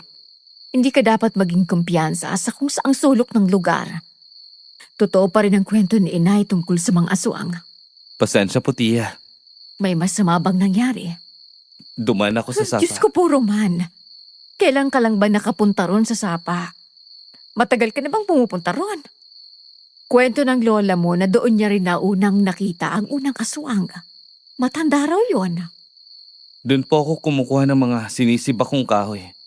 May nalulunod doon. Sinagip ko siya. Niligtas mo. Opo, Tia. Bakit po ba? Yun naman dapat na ginagawa kung may taong nalulunod. Ibang usapan na ang magligtas ka ng mga taong gustong magpakamatay, Roman. Ano pong ibig niyo sabihin? Kasalanan dito ang magligtas ng tao? Kasalanan ang iligtas sa mga taong may binabalak na kitilin ang sarili nila. Ayon ang mga naging ninuno sa barangay na to. Ang sapa na yon ang nagsilbing ligaw na puntod ng mga taong ayaw ang sarili nila. Halimbawa na lamang ang mga aswang. Nalunod si Inay. Hindi siya nagpakamatay. Pinatay siya ng sariling palaisipan niya, Roman. Kasinungalingan. Hindi aswang si Inay. Hindi siya nagpakamatay. Hindi niya ginusto ang nangyari. Roman, ayokong sabihin sa iyo ang tungkol dito. At wala akong karapatan na sabihin sa iyo ang iilang impormasyon tungkol sa kanyang pagkamatay. May iniligtas ako, Tia. Dahil yun ay nararapat. Hindi dahil sa makasalanan sila ay hayaan ko na. Hindi ko magagawa yung, Tia. Yun ang dapat na gawin kapag makasalanan ng isang tao. Huwag silang pigilan na magdalawang isip kung buo sila sa kanilang desisyon. Ang sapa na yun ang nagsisimbolong saksi ng mga katawang dapat ay inilibing na sa ilalim ng tubig para dalisayin ang naglalatay na itim sa kanilang mga dugo. Hindi ko mapigilang mapakuyom ng kamao sa inis. Paano ito naisip ni Tia? Hindi naman ganon ang makataong paraan para tulungan ang isang tao. Hindi ko masusunod ang sinabi niya. Kaya kinabukasan ay mabilis akong nagtungo sa bahay ni Isabela. Ilang beses pa akong kumatok bago ako pinagbuksan ang pinto. Namumugto ang kanyang mga mata habang nakatingin sa akin. Tinakbuhan mo ako, Isabela. Ang sabi mo ay tutulungan kita. Bakit nawala ka na lang bigla kagabi? Gusto kong makapag-usap tayo. Sinisisi na ako ng iilang mga tao rito. Umalis ka na. Dahil ayokong malaman nila na nandito lamang ako at hindi pa umaalis. Gusto kong makapag-usap tayo. Wala nang pag-uusapan pa, Roman. Nagbabaka sakali akong buhay pang lola. Pero nararamdaman ko na baka'y wala na siya. Mabuti ang lola mo. Walang papatay sa kanya. Walang mangyayaring masama. Magtiwala ka lang. Hayaan mo na mga tao rito. Kailangan mong pagtibayin ng loob at andito lang ako. Huwag mo nang subukan, Roman. Dahil hindi ko kailangan ng iyong tulong. Umalis ka na. Hindi ko na pinilit si Isabela. Ilang araw na siyang nagkulong sa bahay. Hanggang binalitaan ako ni Joseph nang tumakbo siyang habulin ako sa kakahuyan kung saan ay lumipat na lamang ako ng lugar na mapagsisibakan ng kahoy. Natagpuan ang bangkay ni Nanay Yora. Saan? Nakalutang ang katawan niya sa sapa. Hindi maaari. Kailan lang ba to? Ilang araw na rin nang mapansin ng isa sa mga tao rito, yung masangsang na amoy. Pinatay ba siya? Iniimbestiga ng posibleng dahilan. Pero madalas ang resulta, pumanaw nung nakaraan ay dahilan ng pagkalunod. Mabilis ako nagtakbo papunta sa lugar na yon. Nakapalibot ang iilang mga tao. Naabutan ko si Tatay Yandro na nakatingin sa walang buhay na matanda. Napansin ko ang luhang tumakas mula sa kanyang mga mata. Hinanap ko si Tia Marisa. Ngunit naabutan ko na lamang siyang tumalikod nang namataan ako. Nagtakip pa siya ng panyo sa kanyang ilong bago bumalik pabalik sa bahay. Tia Marisa, Sinasabi ko na sa'yo, iho. Ang sapa na yun ay talagang paraan ng pagpapakamatay ng mga tao rito. Hindi mo aakalain na mabubura na si Nanay Yora sa mundong to. Dahil hindi niya na kinakayang kanyang dinaramdam na sakit. Kwento niya sa akin ng pagkalugi ng kanilang negosyo. matanda na si Nanay Yora para maisipang patayin ang sarili niya. Binalita lang nung nakaraan na nawawala siya. Kagagawan po ba ito ng mga aswang? Hindi ko na naiintindihan ang lugar na to. Huwag mo lang abalahin yun, iho. Maayos nang ilibing si Nanay Yora. Hayaan mong ang kapatid niya ang gumawa ng paraan. Kapatid? Sino? Kapatid niya si Tata Yandro. Ayaw niyang ipaalam sa lahat, bukod sa akin. Hindi rin ako makapaniwala na magkadugo sila. Lalo na't madalas ang alitan nila nung malakas pang negosyo nila. Ngunit nalugi lamang ito nang magkaroon ng isyong supply ng karne nila. Kahit na masarap ang luto nila, hinding-hindi na bumabalik ang tiwala ng mga tao sa benta nila. Anong meron sa supply ng karne nila? Hindi naman sapat na dahilan para magkaroon ng dahilan para patayin ito ang sarili. Kung noong nakaraan lang ay nawawala siya. Sinumpa ang lugar na ito. Lalo na ang sapang yun na magsimulang nakapasok ang aswang dito. Pinaghinalaan pa ng aswang ang pamilyang Tan. Hanggang napilitan silang umalis. At ganoon na lamang naging mapili si Tata Yandro sa kanilang pinagkakatiwalaan. Konting tao lang ang dumalo sa simbahan kung saan ang kabaong ni Nanay Yora. Wala nga roon si Isabela. Hindi ko alam kung may alam ba siya tungkol sa nangyari. Dumiretso ako papunta kay Joseph. Nakita ko siyang mabilis na tumalikod at hindi pa nakakapasok sa simbahan bago ko pa siya naabutang umalis. Mabibilis ang hakbang niya pabalik sa kanilang bahay nang makita niya ako sa malayo. Joseph, sa tingin ko ay kagagawa ng aswang mga to. Yung kausap mo, sigurado ka pang hindi siya aswang? Nawala siya ng sinabuyan ko ng asin. Hindi malabong wala siyang kasalanan dito dahil naabutan ko siya nung isang gabi sa sapa. Huwag mong babanggitin yan, Roman. Ang nangyari sa akin, marahil sa ilang pang posibleng may galit sa akin. Pero ang mga normal na tao ay hindi kumakalmot, kundi yung mga nagbabagong anyo ng mga aswang. Ayoko mapahamak ka, Roman. Lalo na't nalaman natin na namatay na si Nanay Yora. Siya ang ikalawang babae na nagpakamatay sa sapa na yun. At sa tingin mo, ako ang maging ikatlong biktima? Sino ang lalaking yun? Gusto ko siyang makita. Tuwing gabi mo lamang siya makikita, Roman. Sinasabi na umalis na siya. Ngunit sa katunayan, nagtatago lamang mula sa malapit niyang kapamilya. Dahil nga aswang siya. Mahabang kwento eh. At ayokong maging dahilan pa ito ng bangungot sa buhay mo. Maniwala ka sa akin, Roman. Itigil mo na ang pag-iimbestiga tungkol sa nangyari sa akin. Pinagtatakpan mo siya, Joseph. Ayaw kong may mangyaring masama kay Isabela. Umalis na siya. Wala nang tao sa bahay niya. Hindi ka nakakasiguro kung si Isabela nga yun. Sinasabi mo bang aswang sa Isabela? Akala ko ba'y kaibigan ng turing mo sa kanya? Bakit ganito ka mag-isip, Joseph? Hindi ko na kailangang magpaliwanag sa'yo kung bakit tuwing nandiyan ka ay nagtitimpi lamang si Isabela na pansinin ka. Ayokong matawang ka sa katotohanan. Nagbubulag-bulagang ka lamang para tanggapin ang kahangalan. Hindi mo na siya dapat tulungan. Hayaan mo siya para matapos ang gulo. Sa tuwing napapadaan ako sa simbahan, nagbabaka sakali akong maabutan ko si Isabela. Ilang araw na rin akong napapadaan sa sapa upang bantayin nitong maigi at maabutan ng lalaking huli kong nakausap. Malakas ang kutob ko na may kagagawan ang lalaking yon dahil isa siyang aswang. Takot na panghinalaan kaya nagtatago. Hindi ko na rin nakakausap si Tatay Yandro. Tahimik lamang siya buong linggo hanggang sa nailibing si Nanay Yora. Hindi ka po ba sasama sa lamay ni Nanay Yora, Tia? Hindi na, iho. Marami pa akong gagawin ngayong hapon. Ngunit kapatid siya ni Tatay Yandro. Kailangan nating magbigay respeto sa pagkawala niya. Hayaan mo na. Ayaw akong makita ni Nana Yora nung nabubuhay pa siya. Napansin ko ang kotse sa labas ng bahay ni Nanay Yora. Kilala niyo hubang panauhin nila? Bumalik na ang kapatid ni Isabela. Diyan na rin maninirahan si Tatay Yandro. Huwag ka mag-alala. Mauna ka na lamang dahil maiintindihan naman nila. Matapos mailibing si Nanay Yora, ay naabutan ko ang lalaking nakasuot ng itim na salamin na tinutukoy na kapatid daw ni Isabela. Dumiretso siya papasok sa bahay ni Nanay Yora. Bukas ang kanilang gate nang nagtangka akong sundan siya sa loob. Tumago ako sa mayabong na mga dahon ng kanilang naglalakihang tanim na puno sa bakuran. Sumunod na pumasok si Tatay Yandro. Walang malay na tinahak ang daan at nalulungkot sa biglaang pagpanaw. Sa tingin ko ay kasalanan mo kung bakit gano'n ang nangyari kay Lola. Hindi ka nakinig sa kanya, Isabela. Ilang beses kanyang pinipigilan na huwag sirain ang plano niya.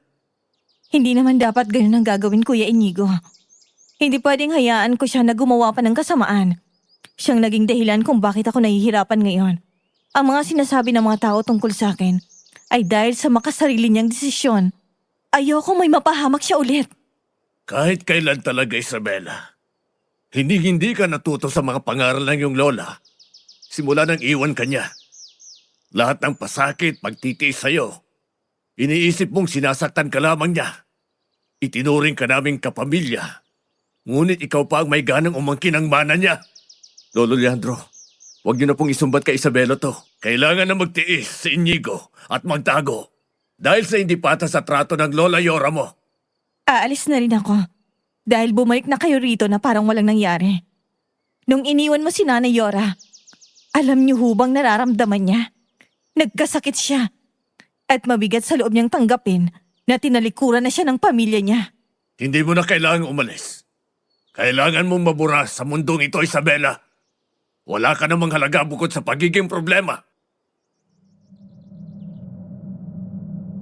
Mas lalong dumilim ang tahanan nila mula sa kumukutidap na mga bumbilya sa sulok ng bahay nila. Malakas ang narinig kong kalabog at napansin ko ang siluweta ng matanda nang mag-ambang atakihin si Isabela ng kutsilyo. Agad akong tumakbo at labis ang takot nang makitang may dugo sa braso si Isabela. Nagbalik ka na naman, Roman. Walang kasalanan si Isabela. Parang awan niyo na, Tatay Yandro. Hindi ito ang nararapat na gawin. Hindi makatarungan ng husgahan niyo si Isabela. Alam kong gustong-gusto mo ang babaeng ito. Pero kailangan kong mag-alay ng dugo. Para sa preskong karne, para sa benta ko, Roman. Kailangan ko ang mga yon kay Isabela. Wala naman siyang halaga pagkatapos naming ubusan ng dugo ang babaeng ito. Ano? Ako na lang po kung ganun.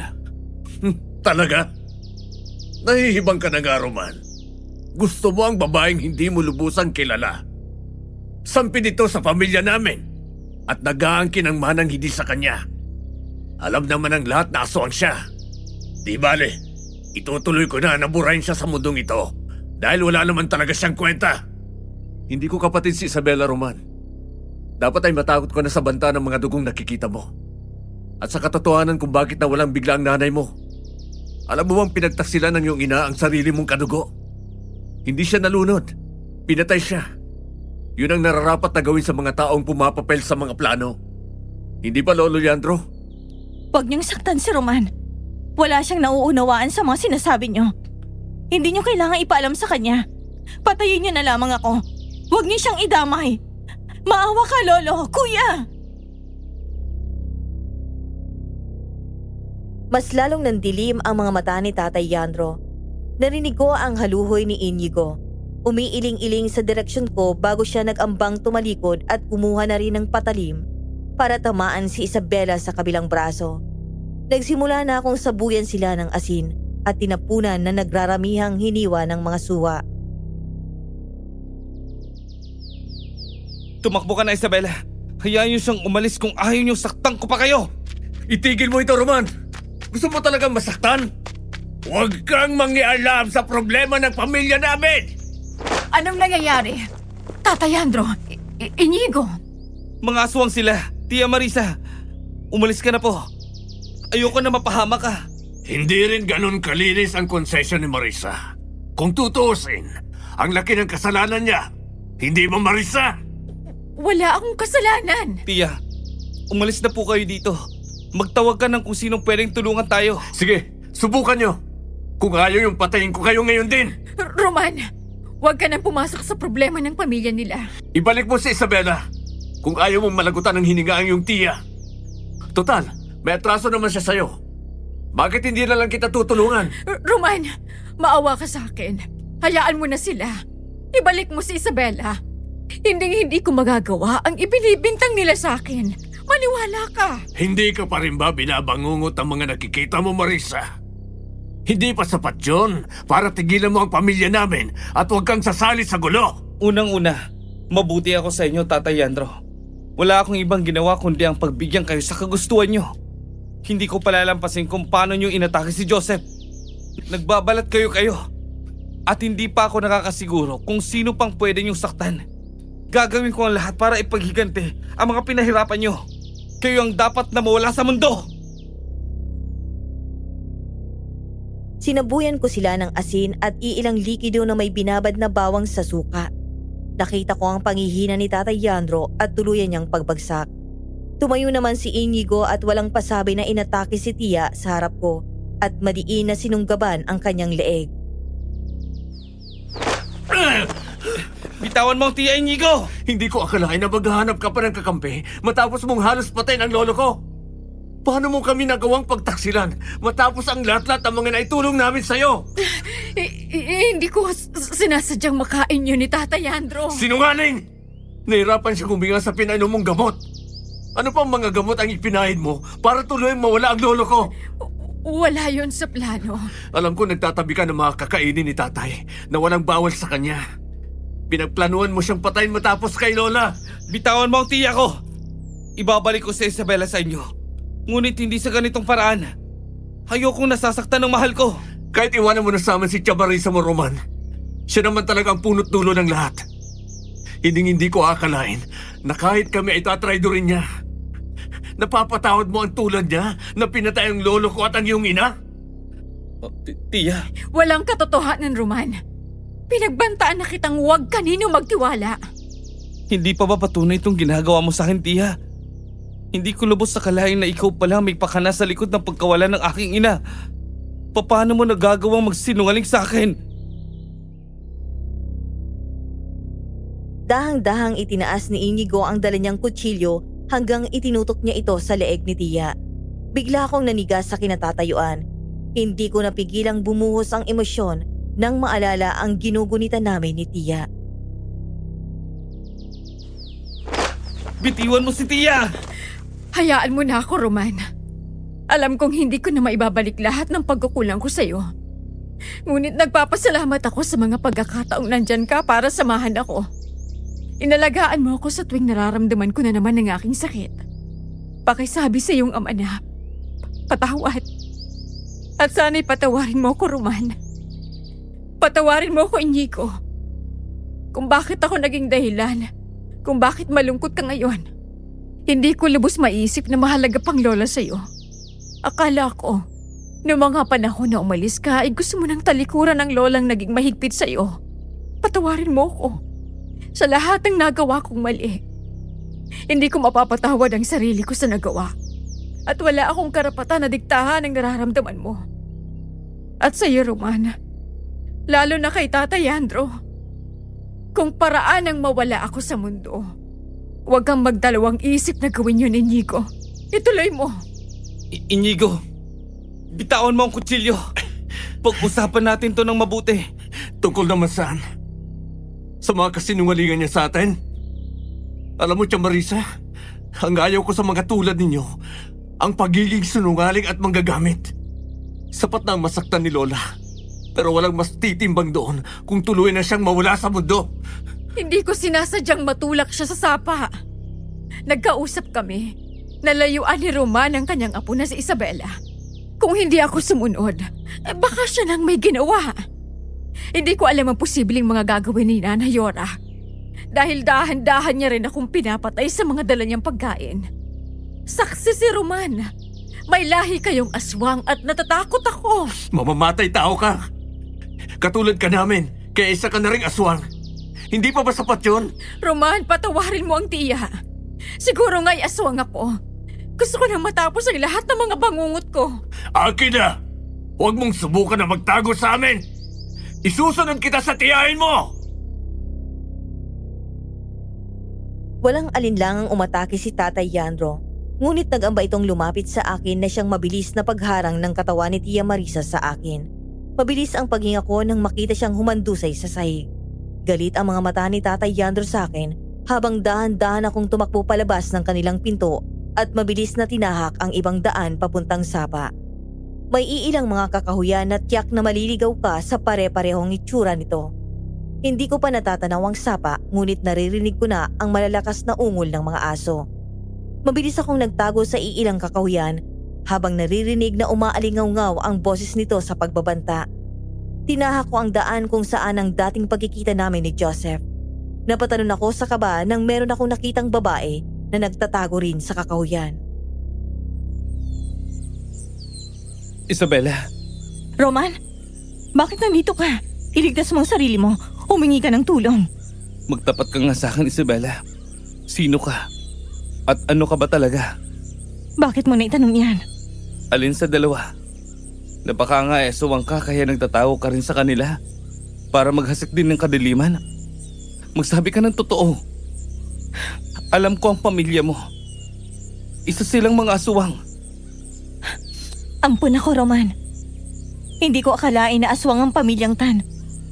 Ikaw nang bahalang humusga kung ano ko. Hindi ako nagsinungaling. At binalaan na kita noon pa. Patunahin mo. Paano? Nguyain mo ang bawang na to at inumin ang sukang ito.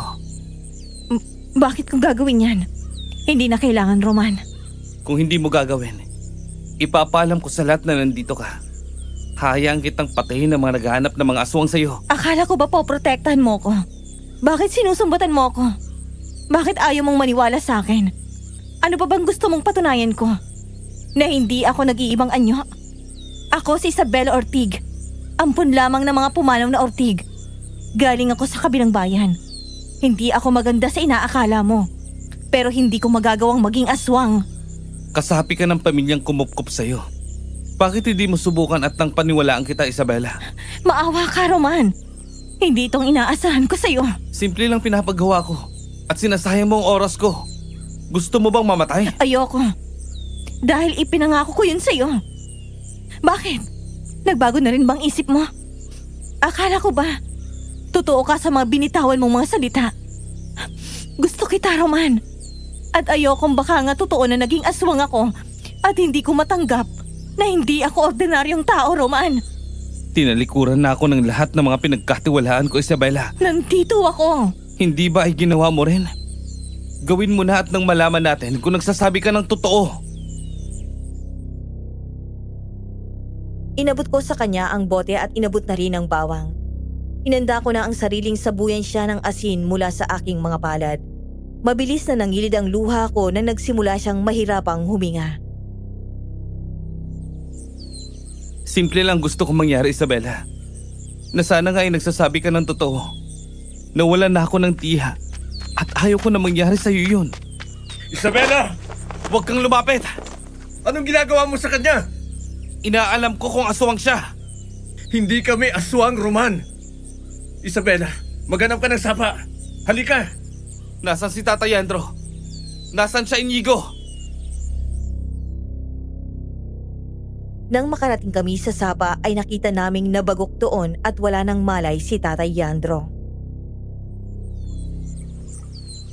Ikaw ang may gawa nito?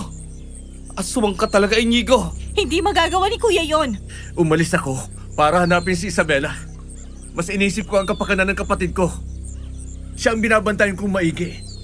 At nagawa mo siyang pakainin ng bawal?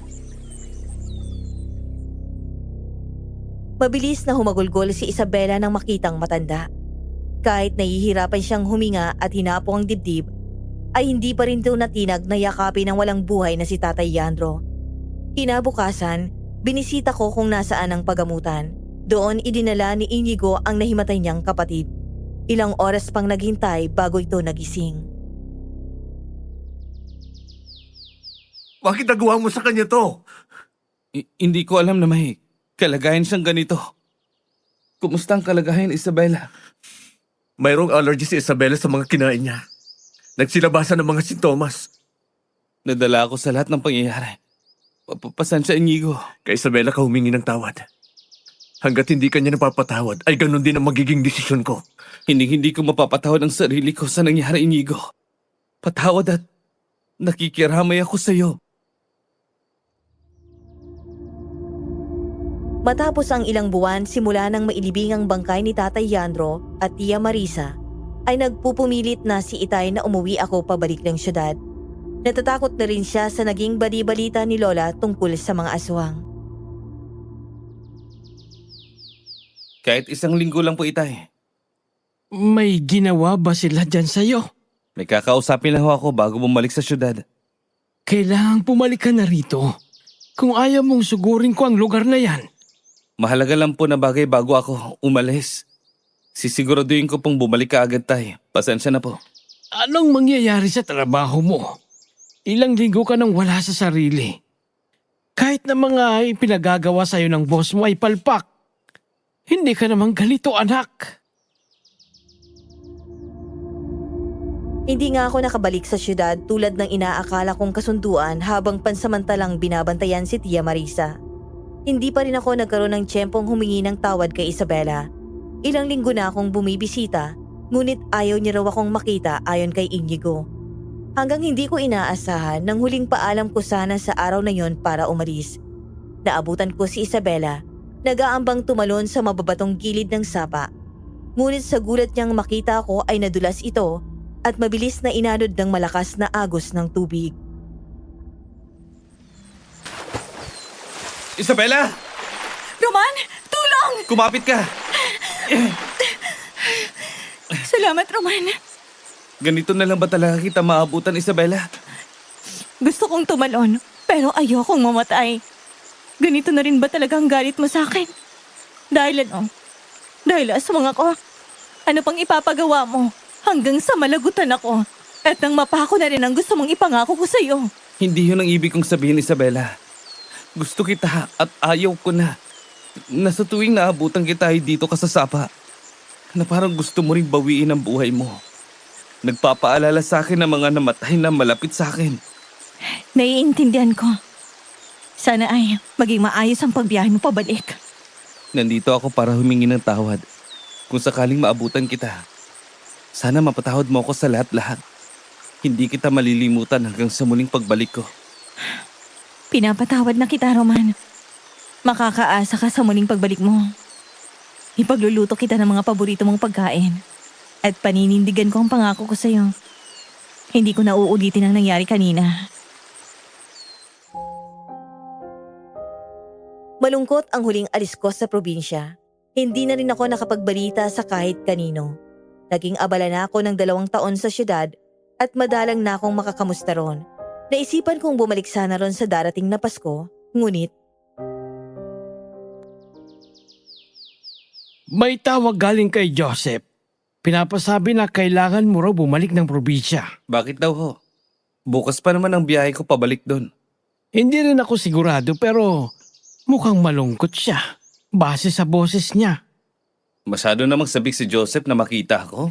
Iho, hindi ko alam na ganun ang nangyari. At nagpapasalamat naman ako na may mabubuting tao pa rin na dumating sa buhay mo sa kabila ng lahat. Sobrang nagpapasalamat po ako sa kanila kaya naganda na rin ako ng posibleng binili ko. Malungkot man ang mga naiwan na pangyayari nung pag-alis ko. Sana nga magiging mabuti ako sa pagbalik at maging mapagbigay tulad ni Inay. Huwag mong kakalimutan sundin ang puso mo. At yung bili namin ng iyong ina. Mag-iingat ka ron.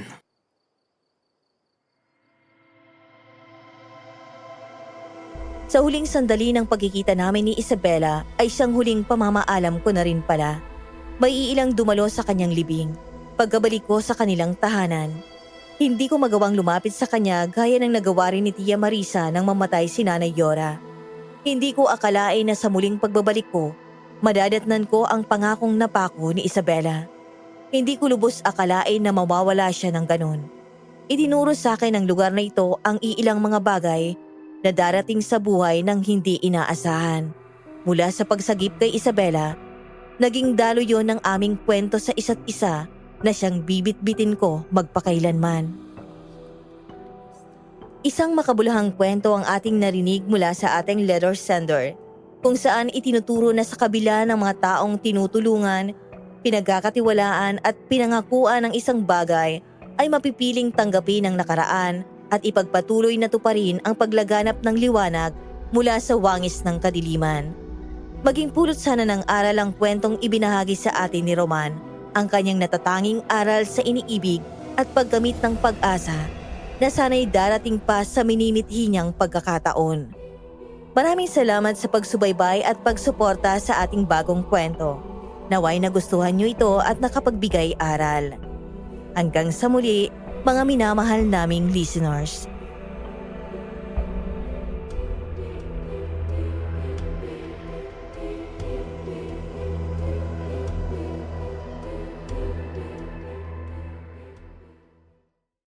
Napanood niyo po ba hanggang sa dulo? Huwag niyo pong kalilimutan na mag-comment, like, and share. Maganda po ang story. Salamat po sa pakikinig. Paalam!